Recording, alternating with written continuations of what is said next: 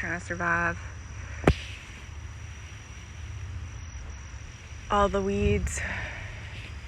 I keep telling myself I'm gonna come out here with some gloves. I'm gonna weed and save them, but I keep coming out here without any gloves on, so it's a better late than never garden.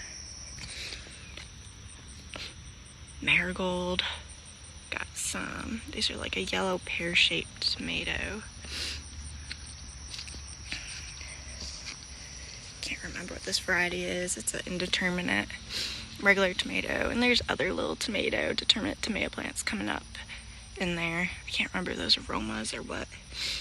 Marigold, basil, my purple Reuben basil. It looks like I only got one this year, but oh well. More big tomatoes.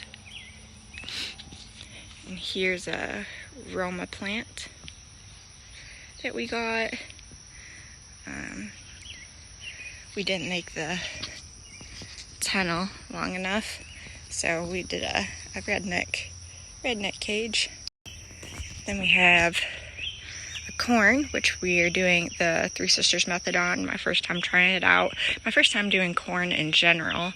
We put zucchini and squash, and I think we did pumpkin on this side, and then we have a pole bean intermixed in it. I can bring it around and show you. Let's see, like here's the beans really took off and they're climbing up. And we have, you know, the beetles are eating it alive, but we're going to see how it goes. And some of the corn is starting to really mature. On this side of the corn, I got a couple sunflowers in there. Got more pole beans, and then bugs.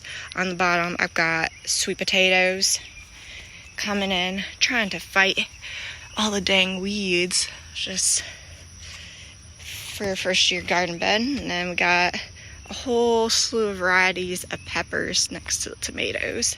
And right here is where all our onions were. They didn't do very well this year, but it was actually my first year getting a harvest of onions, so we had plenty of room to grow. This year we're doing potatoes in containers. We actually have this old tree stump that we planted potatoes in this year. Something we want to eventually pull out, so we're gonna tear it apart while we're searching for potatoes, apparently. It'll be fun.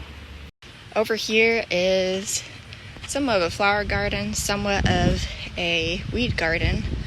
It's the only spot where my dogs don't pee, so I keep medicinal weeds like plantain and dandelion and creeping Charlie, which there's no lack of in here. I have some calendula growing, some nasturtium, a bunch of little stuff, some little tomatoes and yarrow, and I got more potted potatoes everywhere. Now that mulberry season's over, we just let the goats go at it, and they are trimming back the trees really well for next year. So this was a rough clip of our garden this year.